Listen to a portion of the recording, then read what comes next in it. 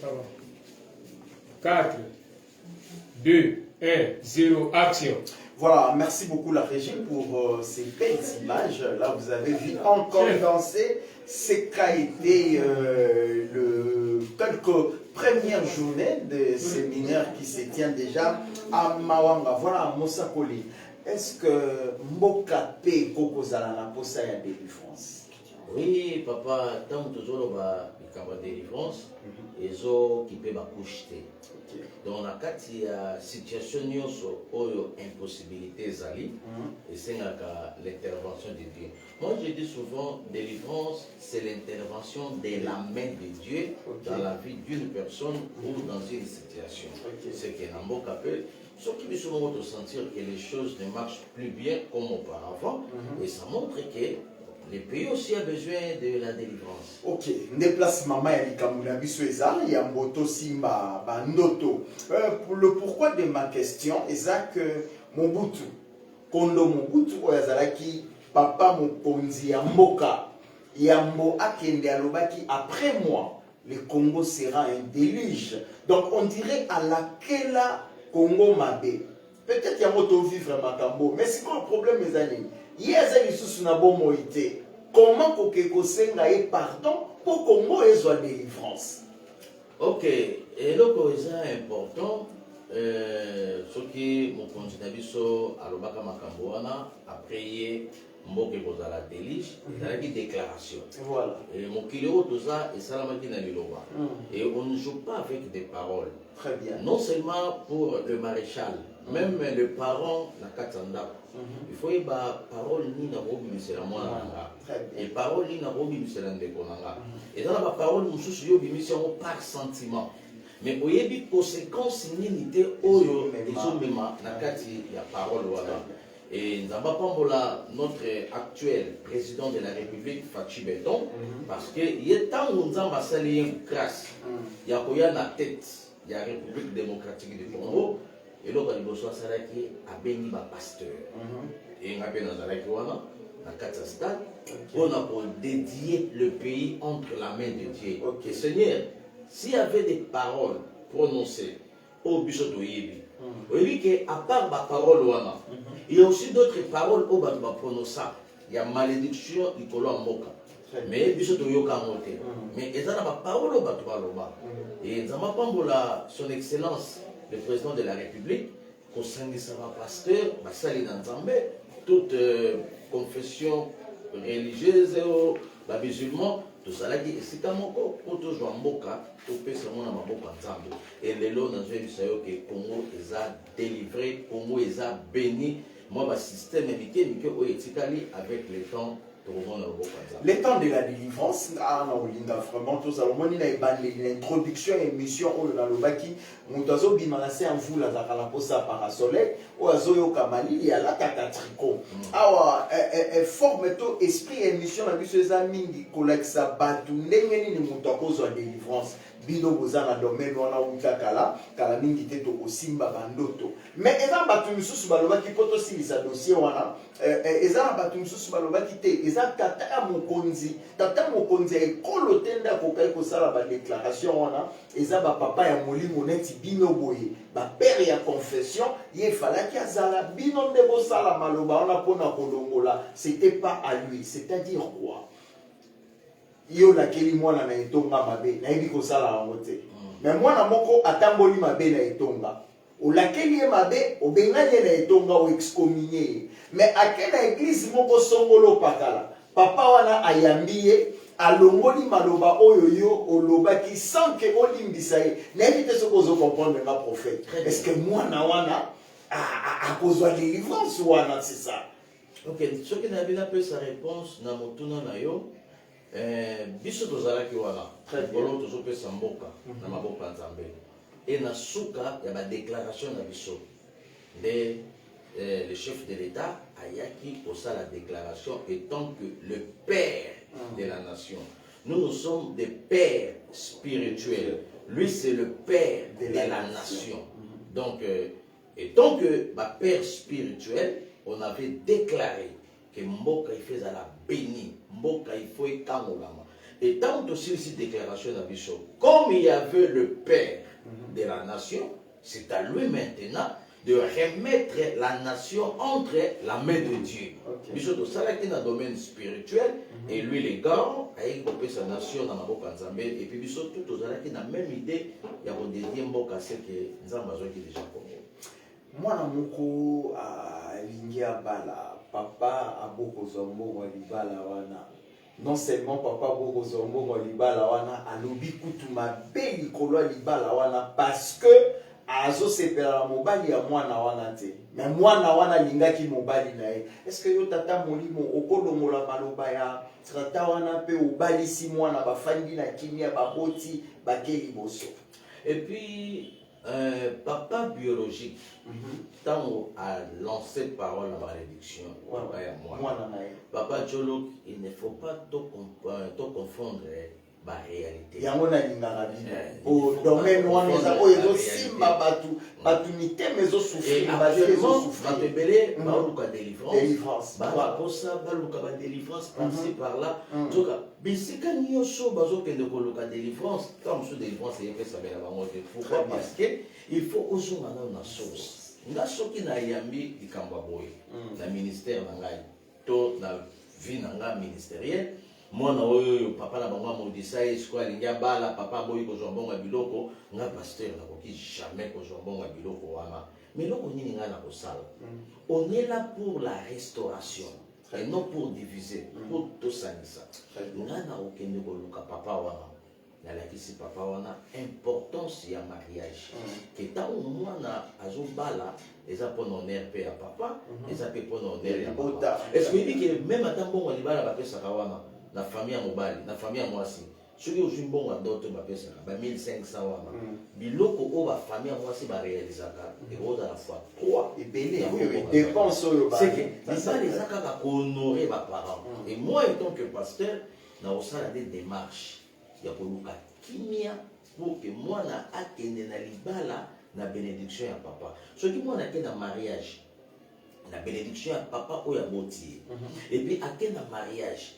Na bénédiction à ma parents na spirituel et puis à Jules Pamboli il y a batunyo sur aux malam donc bana baluka kimia pe biso ma pasteur na bakaya boy toujours un bon libala te na mona pasteur moko boy na kepe son bon libala boya ki la famille boy la nganga na zo monter biso toza batata ya molimo toza ba papa biologique te c'est que na dans toi ko zo mbongo libala mwana moko boy te o papa na ye aboy yango na luka moyen na lukata ba papa leki na yeso ki ba papa basate na lukata ba oncle na ye ba oncle bazwa nous sommes là pour bénir ce que même on s'accoli et ça maman mususu papa policier bien dans le sens que akoli azaki na ba problème na papa bengana ekutu na ndako ay ko fanda na église afandi na église yo formé otangisi e peu de fois moi na zui mobile et comme que mobile aye ko yebisi le bilo ko le komi libana zonga na famille que oluka papa bobongisa moi na lobi jamais lokola papa nyoko na kingai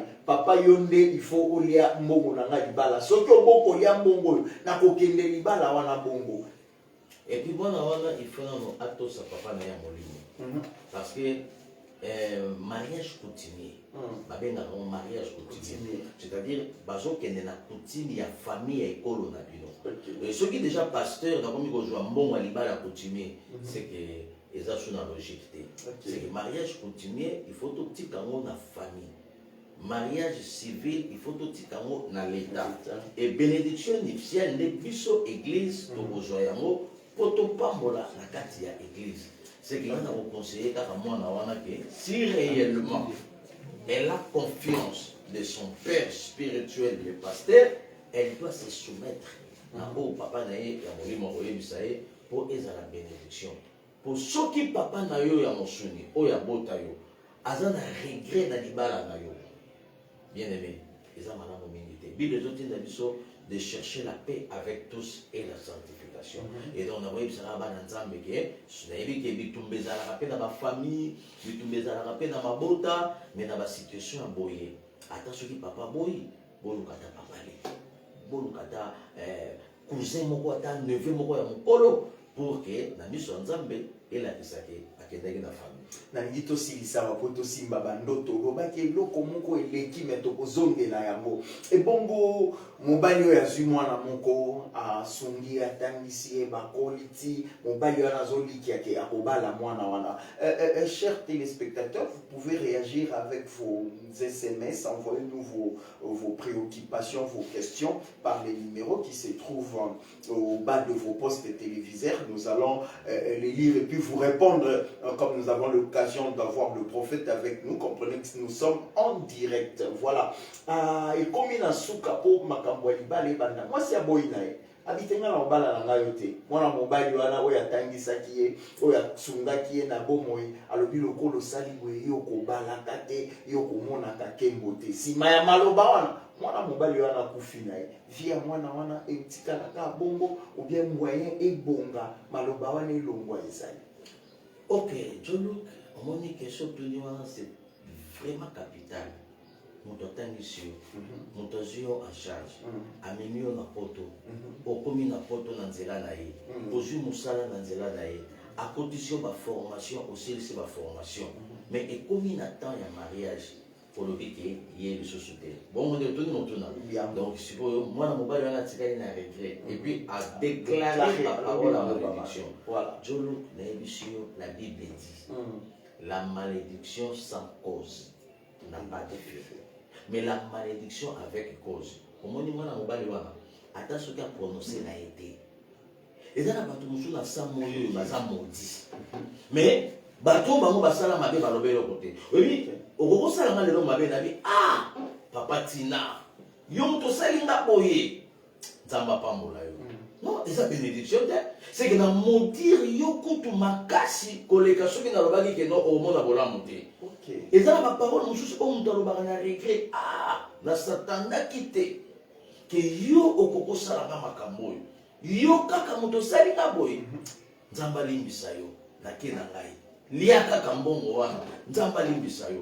Et puis on dit moto pas se pele dans wa bio. Na mela mbongo asengela nga bolimbisa. Ça c'est makala moto na moto. Moto malika bon moto ya dans la bande ko basundolela banyongo. Basundele nyongo na alors nyongo wana mbongo wana liaka.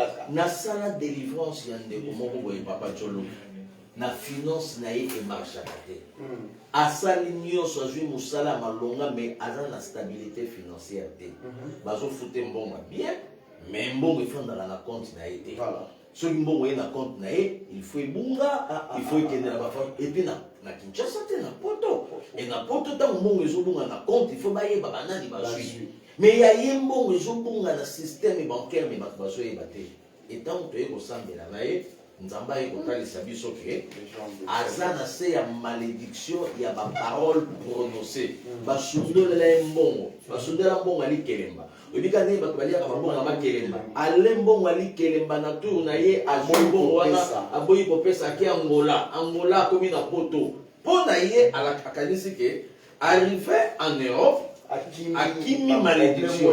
Donc la malédiction n'a pas de frontières. La malédiction n'a pas besoin d'un visa pour aller atteindre quelqu'un aux États-Unis. La malédiction n'a pas besoin d'un billet pour aller atteindre quelqu'un en Europe. C'est-à-dire, moi si aboye a revivre malédiction. Et puis le quoi la mobile loana a profité. Maloane est suspendu. Au moins même na kata ma famille na biso. Et dans la bateau mususu ba botami na kata famille. Basala mabe na kata famille.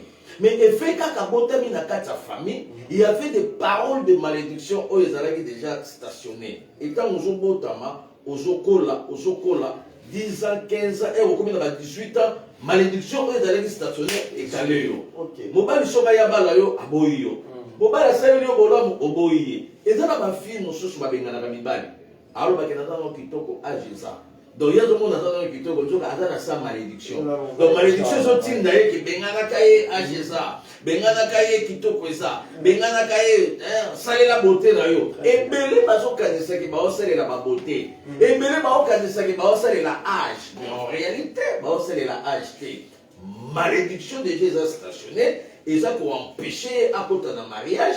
Et ça pour empêcher à signer sa université, et ça pour empêcher à qu'il de l'enfant. Yango na boye du sabbat toi boye papa, mobile na kufi. La Bible dit, venez à moi, vous tous qui êtes fatigués et chargés. C'est que vous êtes chargés dans la parole, la malédiction, il y a mon papoufa. Ce que vous poussez n'est pas à Jésus. Il a dit dans sa parole, je ne mettrai pas personne dehors. C'est lui qui viendra à moi. Poussana et pas à Jésus. Attends, moi, laquelle là où maman koufa, attends, moi, si on a koufa. Maman kulutu wana kufa. Oncle wana kutu akufa. Alobaki komona bolamu tepe akufi. Bien aimé, les loso qui oye pas Yesu. Au PC Christ vit na yo. Asa capable ya ko changer histoire na yo. Ya moment la convention autour de ça là, c'est encore possible na mukaboye que Nzambe a restauré encore. Madame Jibate que c'est encore possible. C'est encore possible. Dans ça la vidéo émission, je vous assure que Nateyami olobi eloko moko ya butuya awa et simbinga en tout cas c'est encore possible. Boloba qui a un moment lobi papa oyo pe aloba mabe akufi, il faut qu'on zonge à la source. Il y a deux possibilités à zonge à la source lelo. Dieu nous parle que par des prophètes comme vous et par des songes. Prophète Landanga Malamu. Et l'okoni esalaki uninga wana kombone zaka sunani ndeko mobali wana akende kokoma roi na akende kokoma gouverneur na Joseph. Ndenge ni ya interprétaki ndoto na ilanganga bien papa. Cette vache maigre na cette vache grasse. Ndenge ni ya ebe ko sosolaki cette vache maigre oyo eza ya nzala pe grasse eza tant oyo abondance ya kolia ezali. Lelo moto akozala lisusu na inspiration nzambe alobela eti na niveau ya kososola ndoto na niveau wana. Ok, merci Papa Joluk na mutuna wana. Omoni o interprété. Et moi j'ai dit souvent à la télé, na famille la télévision ici ka bozola na biso, pe na ba réseaux sociaux nyonso na mokili mobimba ici ka bozola na biso. Dans le temps de la délivrance et surtout dans le message sur la notologie. Donc on a côté déjà donc toucher point au moins les cambo y a interprétation des rêves. Moi j'ai dit que on ne peut pas interpréter un rêve par rapport à la philosophie. Voilà. Oui, déjà, on a pas toujours pas dans la cahier. Oh, Maï, il a ici la parole. Très bien. Donc, à Bossoni, Maï, il a ici Mami Wata. Pour Mami Wata, vivre à Wapi, la Katia Maï. Donc, déjà, on a pas toujours pas dans la cahier à Bandoto, cahier à interprétation. Cahier qui oh, sur mon image Nandoto, il a dit que c'est Jésus. Donc, à Bossoni, que sirène peut avoir la Wapi, la Katia Maï. Ce qu'on m'a dit, là, Kitty, c'est que vous avez le pouvoir,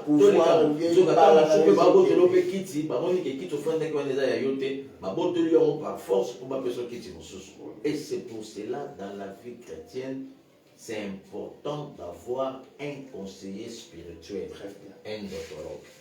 Ok. Il faut qu'on ait un avocat. Il faut avoir aussi un conseiller spirituel. Mingi na angle bandoto. Mais ce que tu as dit Joseph, voilà kaka. Avant de la réponse, Joseph Azalaki Moukoti, roi, où a dirigé l'Égypte. Et puis, zonga na Genèse, tant où Joseph a lotindo towana, abimi na cour, azangi pongi abimi na cour, bagarde bazoya na simanae. Abingi banani, banani waza na cour, et bagarde babimaki na cour, babi, à vos ordres de sa majesté. Tout ça va m'apprendre. Abibo qui ne peut pas conseiller spirituel chargé dans le domaine de la rêve. Il faut montrer un médecin, c'est très important. Il faut montrer un avocat, c'est très important. Il faut montrer un conseiller,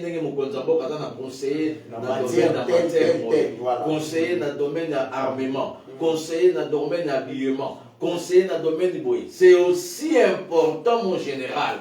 Mon ministre, mon député, c'est aussi important d'avoir un conseiller spirituel en matière de rêve. Un conseiller spirituel en matière de songe. Parce que à Koyedeo, tant que Joseph Abimaki n'a pas, akutani na bato wana nde bakendeki kobengela ye baastrologue bamarabu bamagicien baye wana abeteli bango ndoto basali na bateknike nyonso bayebi ke ça c'est la philosophie. L'interprétation ce n'est pas de la philosophie. L'interprétation c'est un don du Saint-Esprit. C'est le Saint-Esprit qui est le patron, c'est lui le distributeur. Il y a don, il y a interprétation. Il y a un mot bengaka Joseph. Joseph a forcé à kate. Pour y aller que non, non que de kuna na makasi na ngate. Mais non que de kuna pona sale la likabo onzamba pesanga. Au moins il t'a na la bémission na yo. Yo force à kate. Moi tant na la bémission na yo. Na mona ka ozolo ba makambo donc ezo bima yo lokola mai. Donc ezo la kisa ke eza domaine onzamba pesio. Eza grâce onzamba pesio. De la même manière avec l'interprétation. Quelqu'un qui a le don de l'interprétation. Mais tant ayoki yango azoyoka ngo ndenge yo oloteleki te mazoyoka ngo na mayele la sagesse du Saint-Esprit. L'interprétation c'est un don. 1 Corinthiens chapitre 12 verset 7. Or à chacun la manifestation de l'esprit était donnée pour l'utilité commune. Quand il y a plus guérison, quand il y a plus miracle, quand il y a plus interprétation. Donc c'est un don. Et ça, on va à l'autindoto, na poto, à Benia, bon, il n'est pas maman, on a la kimbanseke, on a été à ma pendant point, à la macasse n'a pas interprété. Aza macasse par quel don? On ne peut pas interpréter un rêve par la philosophie humaine. Il faut chercher quelqu'un qui a cette grâce. Il y a un moment où Joseph Ayaki a une sagesse à mobilité. Pharaon bengaki ba magicien bayaki na sagesse humaine bayebi ke ndoto mai elakisi boye bayebi ke ndoto ndako elakisi ya boye mais tant Joseph aye bayebisi ye 7 vaches abi elakisi 7 ans ya makambo boye 7 ans ya makambo boye elekelaki Pharaon. C'est-à-dire quelqu'un qui a la grâce, quelqu'un qui a le don, a la capacité d'interpréter les choses où il y a même dans 5 ans na 4 ans. Vous avez ces dons-là, prophète. Par la grâce de Dieu. Nalingi Yamboto, Simba, Binona, donc, différence entre rêve et songe. Différence entre rêves. Bible Lobby, il nous parle par des rêves, par des songes, au moment où nous sommes dans le profond sommeil. C'est que pour ne pas compliquer les gens au Bazola Nabiso, et l'autre nyonso o et la ramoto soki alali na pongi. Et à la rêve, et à la songe, tout dépend de n'engeye à l'obéléli. Interprétation et ezala. Et vision peut ezali. Et vision ezali, on sous à la réalité. Ou bien, au fond du cas, na kitiboye, moi pongi mowa muke, nige memayo, ozoyo kamakambo, baolo bana libanda, baolo ta la télévision familia. Olandi peda baola na maté, moko boya pasteur Michel na famille à télévision. Mardi na 19h30, puis samedi na 17h. Yo moko zo ka ndenge baola na maté, wana na famille à télévision. Matoi na yo olali to zoyoka. Mais ozo sentir que matoi na nga ezoyoka, mais nazomona makambo. Ça c'est la vision. Et makambo ndenge wana tango monyo bala moko boni kaka mutu moko akoti papa ko ya botinga. Il y a une vision à 12 heures. Ok. Biso tozo sakana libanda, ye alali na kiti na 12 heures à la télévision. Et à la télévision boy pouf amona kaka mbala moko policier moko pem a koti na kati ndako abeti mbata pouf asukuki. Mais makambo nyonso toro ba libanda azoyoka. Mais amoni na vision pem mwana abeti mbata na litama pa asukuki ba na moni pem moko akoti a négliger. Alamuki na tongo, wana ezalaki na 12 heures. Alamuki na tongo, etango alamuki na tongo azui brosse, akepo a brosser, azui mai atie na monoko, a brosser, elle a boaka mai wana esopeli de lamba, a comprendre te. Azui les sous brosse, a brosser, azui mai de tout ça, pour boaka avec force, mai wana ekiteli awa. Abengi mama, ali na comprendre te. Non, quoi mai, mais mai est qui ne sait pas, mais je suis là. Maman t'a la boy, papa a kabouani. Paralysie faciale, sur place. Mon vision à 12 heures. Et à 6 heures du matin, à kabouani. Et puis tant que tu m'as dit prière, papa, je le vois. Malili, vous pouvez les moto. Mais surtout, vous avez discernement. Maman, n'a pas côté du tout cas, la carte de chambre.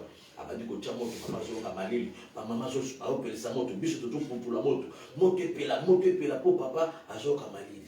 Et après un temps, tu dois comprendre que les amis Makambo, ils sont spirituels. Papa, les Kambo, ils sont spirituels. Il faut nous caper bateau bazar spirituel. Et tant que tu dois comprendre que à bêti les solo, na 12 heures il y a lobby. Na mona qui paie mais moi bêti na mbata. Na tombo na moi on doit comme paralysé. Tu dis quoi il y a problème spirituel. Où il y a un problème il y a une unité. Tu côté prière, tu côté prière, tu détruire dans nos origines il y a mission au bâtiment qui paie moi. Mais papa n'a bika na paralysé sur le lié à ta trace mon côté et la kisaka à ça la paralysé. Pourquoi? Parce que tu comprends que les problèmes de la vie spirituelle. Mais c'est Dieu qui actuellement il y a des problèmes qui sont purement spirituels. Tu vas dans l'hôpital. L'hôpital les a m'embêté. Et dans la part il y a médecine. On a un docteur pour qu'il va traiter biso. Et ça n'a pas mon souci de maladie spirituelle. Et ça n'a pas mon souci de l'hôpital où il a conda, vous savez l'examen général, vous savez éco-cœur, vous savez éco-foie, éco-poumon, éco-nios. Et l'autre est athée. Mais nous devons là. Nous devons souffrir. Mais ça montre que les gens qui sont spirituels. Il y a des gens qui sont éco-nios. Mais elle n'a pas de alors, il y a la télévision, il y a la famille de la télévision, il y a les réseaux sociaux. Il y a la famille. Tu m'as dit que solo il y a une histoire spirituelle. Et c'est papa. Na bandoto na l'autre bandoto mabete. Mais nous devons reconnaître ndoto moko kaka na lotaka. Babeta kanga masasi. Masasi on est lotaka nga awa. Elle continue awa na la mugi na tongo na tali place en na moni sala na négligé. Donc, à ça, et tout chaque cœur. Cœur déjà est baby spirituellement, mais physiquement, nous avons échographie à maman et échographie à l'université, clinique universitaire, échographie à l'hôpital, et mon makambo est physique. Mais makambo est spirituel, l'échographie est incapable. Il faut maintenant chercher l'échographie spirituelle, c'est le Saint-Esprit. Donc, ce qui nous doit, ma malédiction il faut que la délivrance à l'hôpital nzamba pesi likabo soki te boya okufela epamba babimisi bino l'hôpital ba docteur musu ba bisana mon hôpital ba bike no boke de luka ba pasteur pona nini ba comprendre que no ba chini bino mbongo l'hôpital na façon moko terrible ba comme même ko yokela bino mawa ba bino ke de luka ba pasteur o ba pasteur ba silisa de kamoyo vraiment prophète ba songa biso la ligne en direct les exercices na zana bidon awa na plateau nazo gérer na C alliance na bidon na ligne limbo la ndoto nga ça fait 15 ans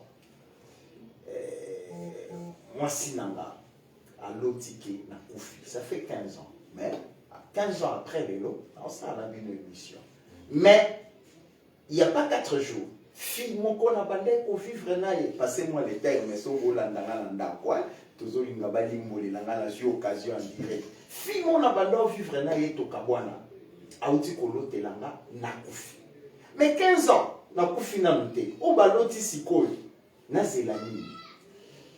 Ok, c'est très important na mutuna oyo et puis na sepeli na makasi. Bon, ndenge na pe sa réponse oyo ezaka apona yo te. Vraiment. Bandeko bazolanda biso na Facebook. Bandeko bazolanda biso na YouTube. Bandeko bazolanda biso na page. Et bandeko bazolanda biso en direct na famille ya télévision et kosunga pe makasi. Amoni tango balali baloti yo okufi. Bandoto nyonso ya kokufa elobi te ke to kufa bakende okunda yo batio na cimetière tobosani yo. Kokufa c'est un langage. C'est-à-dire eloko oyo ezalaki en vie et arrêté. Vous voyez, et évoluer les choses des années. Donc on a kufi. Donc ce monde a kufi, c'est-à-dire à opérer les sociétés à commis stationné. Kokufa musu ba rolo ta ojolo kozelaka te okufa. Peut-être les akufa moko il y a matériel. Les belés peuvent m'accoufer dans le monde. Malati, ngana, mais man de komoko boy. azalaki na biloko bamaison ya minene baloti ya kufi abinga na kufa mikolo te nga na mbongo nakendaka poto bayeli ye deuxième ndoto akufi nga na kufa mikolo te na mbongo nanga. Après 3 semaines match moko ebetaka awawa pillage esalami bake bapille biloko na ye etango bapille biloko na ye akufi na ye te mais domaine financier ekufi. Donc barêve mosusu ya kokufa ekoki kozalaki eloko no moko ekufi ntango mosusu mosala ekufi. Ebele balota bango bakufa te me balongwa misala. Ebele balota bango bakufa te me baperda bambongo. Omoni koperdre même mbongo eza liwa. Donc liwa eza na baangle ebele. Donc liwa mosusu eza kaka te bakunda yo mais baloti yo okufi après un temps mpe libala ekufi. Okomprendre te mais libala nangi ekufi mpo nani bodiscute ka likolo ya mpuku. Mpuku akendaki boye mobali na bite akendaki boye te akendaki boye mwasi abi te akendaki boye mobali abi akendaki boye mwasi abi yo balandaka yo te mobali abi nga balandaka nga te seke naza moto ya liboma lokola naza moto ya liboma nga na libala ekufi neti baje mais soki olandeli yango balotelaki ye akufi mais akufi na ye te me libala kitoko aperdre yango. Donc soki à 15 ans passé balotaki okufi kosatandre kaka teke okufa, c'est-à-dire soki olandi na 15 ans passé wana eza na baeffort mosusu ozosala nozokoka koatteindre yango te. C'est-à-dire domaine wana déjà ekufaki na kati ya vi na yo oyo ezosenga oluka délivrance mpe na domaine wana ekozala lipamboli puis kokufa mosusu eza mpe moto akufi na molimo ayebaki nzambe mais akufi na nzela ya molimo baloti akufi mpe te mais apengwe moni moto azalaka intercesseur moto azalaka makasi na prière mbala moko apengwe kaka boye atiki makambo ya nzambe liwa mosusu yango wana. Et la troisième position te ekoki mpe kozala liwa physique et 1000 ans et pas abandonner un jour. Donc c'est pour cela il faut kaka se préparer pe veiller na biloko nyonso oyo esalaka bonheur na yo eloko moko te ezala bloqué to stationné. Ce que eloko moko oyo esalaka bonheur na yo eza stationné, c'est aussi l'esprit des morts dans ces domaines là. Bandeko bolotelanga bongo botika changer bandoto natatoli déjà que musala la famille okufa te l'expérience bozanango presque 40 ans ya ministère. Est-ce que si on limbo ndoto na expérience, qu'est-ce que je veux dire par là? Tozomonango papa tina a lotaki ke un pourquoi suye likolo evimbi mais penia ya MC na lotike muselekete achenga manzaka directement papa tina ici place bachenga manzaka wana ekovimba ekokatana ekozoka ekosala boye à interpréter rêve wana par expérience na éviter ce vous comprendre là. Est-ce que même rêve pour na deux personnes et cause à la peine à deux sens ou bien etikali à sens moko wana ngako tunakoyebisa yo papa Choluk ngana yo ndenge toza na plateau bazolanda biso tokoki kolota ndoto moko oyo loti yango nga na loti oyo nga na loti yango yo loti mais l'interprétation ne sera pas la même. Namema on na exemple moko ya pete très bien yo olali na butu oloti cercueil bayeli yo cercueil moko ya kitoko ya pembe ndenge balulaka cercueil ya kitoko ezala yango nabi balulaka cercueil te. Donc olali na butu oloti bayeli yo cercueil ya pembe ya propre ya kitoko makasi nga mpe nalali na butu naloti bayeli nga cercueil nga mpe bapesi nga cercueil mais nga sikoyo natekaka ba cercueil ntango nga nalali na butu naloti bapesi nga cercueil ere na kolamuka na ntongo na kotya maboko likolo nalobi otongi olongolaka ete ezalika abraham na kitetela le créateur du ciel et la terre napesi yo merci mpo kopesi nga modèle ya cercueil oyo ifo nasala mpo esala succès na 2023 toyokaka bakombo bacercueil banouveauté ya bacercueil naza na frère nanga moko aigola président aigola azolanda biso ye asalaka bacercueil par rapport ya inspiration parceque yo oloti ndoto wana ya cercueil aussi longtemps yo tekaka cercueil te aussi longtemps yo obangaka kutu cercueil oyebiki eza esprit de mort ntango ozolamuka ntango bayaki na cercueil na ndako yo osala prière ke napandi cercueil wana na kati ya ndako na nga moto nyonso oyo ayeli nga cercueil nabebisi yango na kombo na yesu me ngai bakoyebisa nga nzambe apambola oyo apesi nga idée apesi nga vision. C'est-à-dire à ce qui concerne l'interprétation moto oyo ainterprétaka bandoto na sagesse akosala bato Très bien. Mais Moutou a interprété dans Saint-Esprit le rôle à Joseph. Yende a repris sa Moutou orientation. Au loti cercueil, au bengan esprit de mort. Il y a dans l'autre cercueil, dans bengan esprit de mort, n'a pas mort mais pour exemple ça. Donc, bah, découvrir la biso, batika, koke, koluka, interprétation à bandoto et pas n'importe qui, banduka bato, baza vraiment, na sens orato, bandi kokoma, na souka. Il y a une question où il y a souka, expliquer l'importance yandoto na vie à Moutou, parce que, ils ont battu sous balota kati. Importance, il y a bandoto, ils ont important, surtout dans Job, Bibliologie, Job chapitre 33, verset 14 à 15, Dieu nous parle par des songes, c'est ça l'importance, parce que c'est un moyen, c'est un canal par lequel Dieu nous parle. Il nous parle par des songes, il nous parle par des rêves, il nous parle par des visions au moment où nous sommes dans le profond sommeil. C'est que l'importance, il y a d'autres exemples, pour toyeba nini oyo ezobongama lobi on a biso yango nzambe arevelaka biso alobaki est-ce que cacherai-je à Abraham mon ami ce que je vais faire à Sodome et Gomorrhe wana nzambe ye moko amilobeli est-ce que nakobombela Abraham makambo na linga sala ye moko pe nzambe mipesi réponse nakobombela Abraham te il faut na révéler donc Dieu nous révèle pour que tous soient à disposition ya likambo wana soki eza likambo malamu na osambela nzambe likambo na moni ya malamu salanga faveur na simba ekokisa mais soki eza likambo mabe na kobando telemela ngo kaka na lamuki na tongo ke masasi ya butu ba perfusion na za maladi te na lota ba ozong sanga makila oyebi kilelo ba bele joluk nga peza na domaine oyo to so la mwa ta mbele na ya pa moto moko aza na sida mais tango nazo sambela na nzambe yesinga na sida te mais yemo yesinga passer ma preuve yango eza sida nzambe yesinga eza sida te eza sida ya molindi OK na continue na domaine na bandoto na bibetela na histoire spirituelle ya ba rêve na yo abetela bandoto parmi bandoto abetela kingai yesinga na lala kana butu na mona ba ozo musana makila na hôpital mais hôpital yango na yeba ngo ata mokete médecin wana na mona yete mais na zaret na kati hôpital ba transfuser ngai alors après une semaine na bandaka ba fièvre après ba yo kanga na sida OK c'est que hôpital wana soko landeli yango spirituellement ezalaki hôpitalité omoni bandoto mosusu bakokotia na hôpital menzoka batio na kati hôtel maléfique po bapeso maladie moko spirituelle ebele baza na bacancer ya motu ebele baza na basida ya kindoki ebele baza na basirose des fois batension ya molili omona motu bazwi tension otali mpena yo kokozwa tension na mpona nini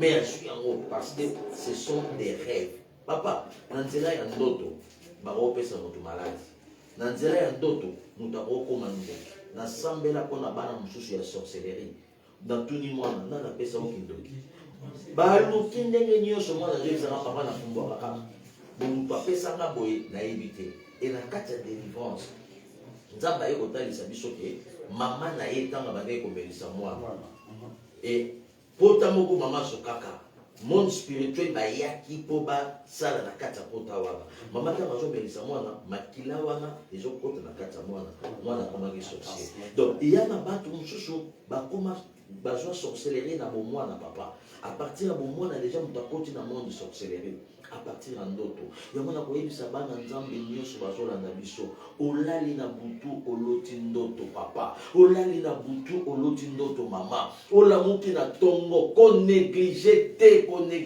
te luka basali na nzambe bayebisa yo message nini ebombaki na nsima ndoto wana songe papa Joe c'est un langage codé c'est un langage fermé où ça demande un mot de passe. Comment les téléphones na Android so mot de passe nonga na yebi yango te ata na simbi yango na okota te mais tango yo kosimba ngo petit mot de passe okoti rêve eza langage codé oyo esengaka mot de passe nzambe pambola biso esika bozala na biso mpe na Facebook na biso na YouTube na biso coupure ya courant esalami tokosala continuité ya émission na biso elongo na journaliste na biso peut-être lobby to sima lobby mais nzamba sala biso ngolo apambolelanga bino nyonso ba téléspectateurs oyo bozalaki na biso na Facebook ya Michel Katoka et na invité bino nyonso na page na biso ya Facebook na page na biso ezali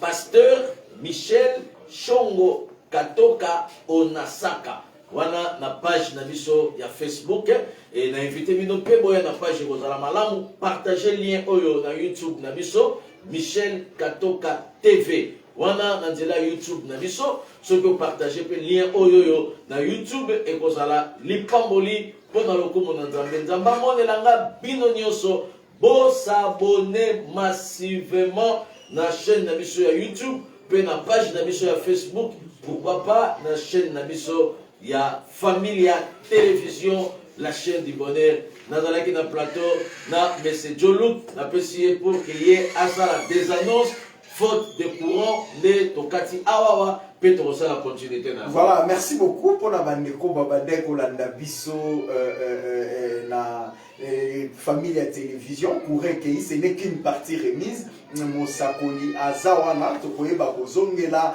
bino prochainement bo s'abonner ka ndenge alobi bo s'abonner puisque ba numéro ezawana ba obazana pour ça contexte que bokanga ba téléphone na bino ba tu ba kobenga bino à tout moment eza dérangement te ngai à tout moment papa Joe ba tu benga ba biso à tout moment ba tu benga ba biso na numéro wana o eza affiché 00243 89 89 19 374 et le deuxième numéro dans là est 00243 90 15 26 501 et ceux qui battent bien ils le numéro là prophète est-ce que possibilité za monto ya lota tate osambeli ponae azongeli kolota c'est possible prophète possibilité zali monto aloti ndoto osambeli endoto wane kokisa mineti ser moko aloti ke abali bosambeli bokoti ba prière abali réellement c'est possible prophète mutu eza possible que mutu